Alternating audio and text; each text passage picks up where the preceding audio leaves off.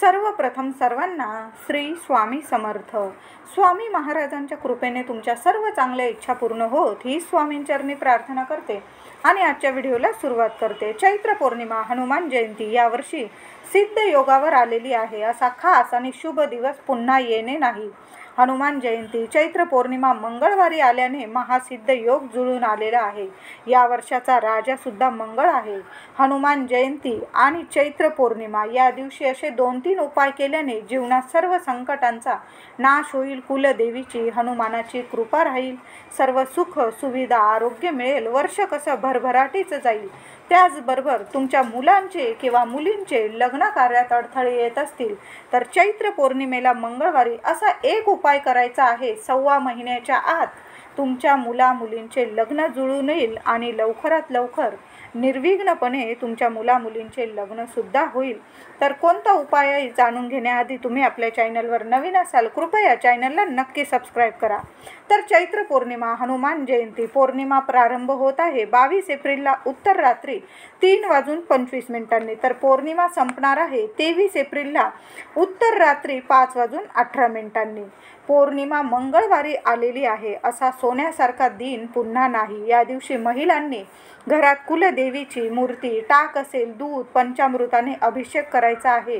देवीला टाकावर नाही तर तुमच्याकडे लक्ष्मीचे श्रीयंत्र असेल माता लक्ष्मीचं त्यावर तुम्हाला देवघरात कुंकुमार्जन करायचं आहे आणि कुंकुमार्जन केलेले कुंकू वर्षभर एखाद्या डबीत सांभाळून ठेवायचं. रोज आपल्या कपाळी आठवणीने आंघोळीनंतर हे कुंकू लावायचं आहे. 4 दिवसात हे कुंकू लावू नका.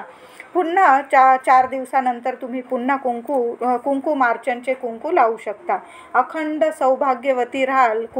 पैसा अडका कशाची कमी पडणार नाही. घरात लक्ष्मी बनून राहाल. म्हणून चैत्र पौर्णिमेला महिलांनो तुमच्या घरात देवीचा टाक असो किंवा तुमच्या घरात देवी लक्ष्मीचं श्रीयंत्र कुंकुमार्जन नक्की करा आणि ते कुंकू एका डबीत साठवून ठेवा. वर्षभर त्याचा उपयोग करा आणि लक्ष्मीसारख्या घरात राहाल. तर देवीला त्याचबरोबर आपल्याला 21 लवंग अर्पण करायचे आहे. उजव्या हातात 21 लवंग घ्यायचे आहे 21 लवंग उजव्या हातात घ्यायचे आहे. 21 वेळा तुमच्या कुलदेवीचा मंत्र जप करायचा आहे किंवा ओम श्रीम नमः लक्ष्मीचा बीज मंत्र बोलला तुम्ही तरीही चालेल. 21 वेळा नीट मंत्र म्हणून शांततेत त्या लवंगा एखाद्या वाटीत ठेवायच्या आहे. त्यावर लाल भडक गुलाबाचं फूल ठेवून आपल्या कुलदेवीला अर्पण करायचं आहे. तुमच्याकडे लक्ष्मीची मूर्ती असेल त्या लक्ष्मीच्या मूर्तीजवळ अर्पण करायची आहे ती वाटी.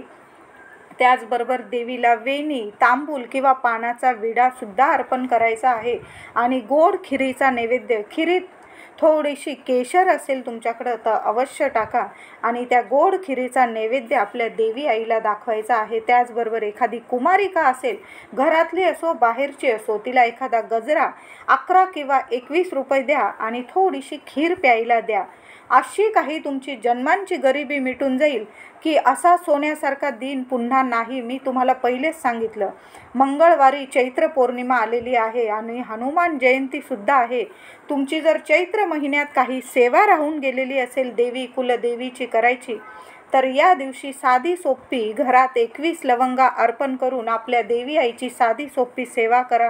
कुंकुमार्जन करा. एखादी कन्या भेटली तुम्हाला 10 वर्षाखालील तिला गजरा फूल देऊन 11 किंवा 21 रुपये देऊन मानपान करून तिला थोडीशी खीर प्यायला द्या. जन्मांची गरिबी मिटून जाईल. त्याचबरोबर आता आपल्याला या दिवशी चैत्र पौर्णिमेला सकाळ किंवा संध्याकाळ दोन्ही वेळेला जमलं तर देवी आईची कुलदेवी आईची कापूर आरती करायला विसरायचं नाही.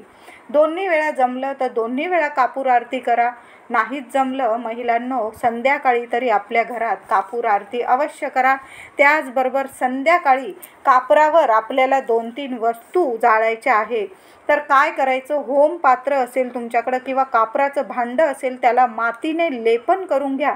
माती थोडी ओली करून घ्या. त्या मातीने सारवून घ्या भांडं. त्यात थोडेसे कापूरचे तुकडे टाका. भीमसेन कापूर असेल तर अवश्य टाका आणि त्यात थोडासा लिंबाचा पाला सुकलेला टाका. थोडंसं त्यात गुगुल किंवा लोबान धूप टाका. एक आपल्याला वेलची टाकायची आहे वेलदोडा थोडीशी पिवळी मोहरी थोडासा गूळ आणि थोडंसं तूप या सर्व वस्तू नीट टाकून आपल्याला आपल्या घरात संध्याकाळी चैत्र पौर्णिमेला धूप करायचा आहे, आपल्या घरात कापूर जाळायचा आहे. तुम्हाला कळालंच असेल. चांगल्या 10-12 कापराच्या वड्या घ्या, नाही तर तुकडे घ्या भीमसेनी कापराचे. त्यावर थोडासा लिंबाचा सुकलेला पाला टाका. ओला असला तरी 5-6 पानं टाकले, 7 पानं तरीही चालेल. गुगल किंवा लोबान धूप टाका. तुमच्याकडं धूप नसेल, धुपाच्या कांड्या, धूप स्टिक असतात, त्या तुकडे करून टाकले तरी चालेल. एकच वेल दोडा टाकायचा आहे, हिरवी वेलची 1 टाका, थोडी पिवळी मोहरी, थोडासा गूळ आणि तूप. या सर्व गोष्टींचा धूप आपल्या घरात करा. मुख्य दाराशी पहिल्यांदा धूप करा. संपूर्ण घरात फिरवा. माता लक्ष्मी आकर्षित होईल. तुमच्या घरातून दारिद्र्य, अलक्ष्मी कायमची निघून जाईल आणि माता लक्ष्मी आनंदाने वास करेल. आता ह्या दिवशी हनुमान जयंतीसुद्धा आहे. मंदिरात जा. मंदिरात हनुमानाला एक नारळ अर्पण करा. 21 विड्याची पानं घेऊन जा. त्या विड्याच्या पानावर लाल पेनाने किंवा अष्टगंधाने जय श्रीराम लिहून त्या पानांचा हार पांढऱ्या सुतात किंवा दोऱ्यात बांधून बनवायचा. तो नीट आपल्या हाताने घरीच बनवून नेला तुम्ही तरीही चालेल आणि हनुमानाला अर्पण करायचा आहे, गळ्यात घालायचा आहे. जय श्रीराम बोलूनच हार घालायचा आहे. घरी येताना जय श्रीराम बोलून हनुमानाच्या पायाजवळील किंवा हृदयाजवळील थोडासा शेंदूर घरी घेऊन यायचा आहे आणि आपल्या मुख्य दारावर लावायला विसरू नका. कुठलीच नकारात्मकता तुमच्या घरात प्रवेश करू शकणार नाही. कितीही मोठा शत्रू असू दे, गुडघे टेकून देईल. हनुमान जयंतीला तुम्ही दर्शन घेऊन घरी येताना हनुमानाच्या पायाजवळील किंवा हृदयाजवळील थोडासा शेंदूर घरी घेऊन या. आपल्या मुख्य दाराला लावा, स्वतःच्या कपाळी लावा, मुलांना लावा. मुलींना नाही लावला तुम्ही तरीही चालेल. मुली 10 वर्षाखालील असेल तर नक्की लावा. बघा घर कसं तुमचं गोकुळासारखं राहील. जय श्रीराम मंत्र जपत राहा. या दिवशी कमतरता करू नका मंत्र जपायला. आता खास उपाय सांगते. लग्न जमवण्यासाठी सर्वात प्रभावी उपाय. 1.25 महिन्यातच लग्न जमेल तुमच्या मुलामुलींचं. तर काय करायचं आहे? उपाय सकाळीच करायचा आहे आणि नाहीच जमला तर संध्याकाळी करा. मी म्हणेल सकाळीच करा. सकाळी आपल्या कुलदेवीची पूजा आरती सगळं करालच तुम्ही, कुंकुमार्जन कराल तेव्हाच हा उपाय करायचा आहे. मुलाने करा, मुलीने करा, आईने करा, वडिलांनी करा, कुणीही केला चालेल. मुलं मुली जवळ नसतील, आई वडिलांनी केला तरीही चालेल. तुम्हाला फक्त एक नारळ घ्यायचा आहे. नारळ चांगला बघून घ्यायचा आहे. चांगले त्याला शेंडी वगैरे चांगला नारळ बघून घ्यायचा आहे.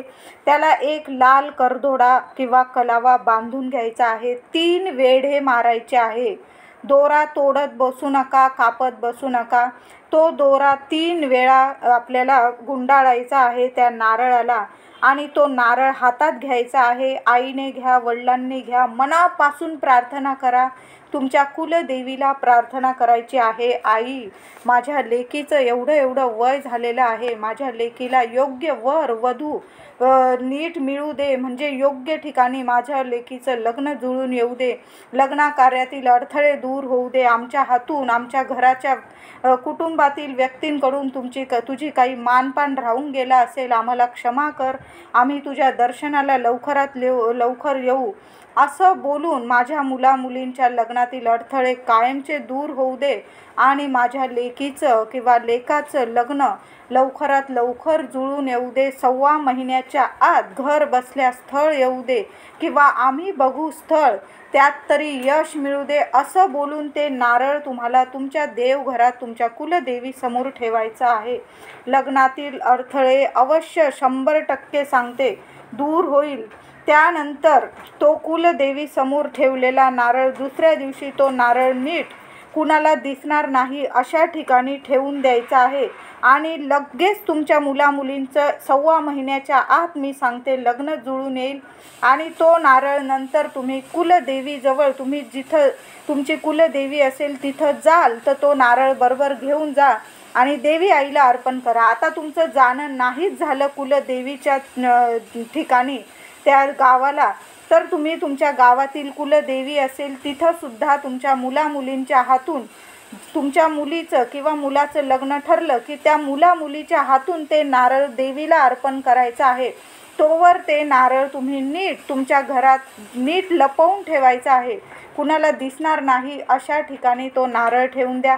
बस एक नारळ बघा कसा चमत्कार करतो. चैत्र पौर्णिमेला अवश्य असा एक नारळ आपल्या मुलामुलीसाठी आईने किंवा वडिलांनी नीट अशी प्रार्थना करून बाजूला ठेवा आणि 1.25 महिन्याच्या आत चमत्कार बघा. लगेच लग्न जुळून येईल. सर्व लग्नातील अडथळे दूर होतील. अगदी कुंडलीत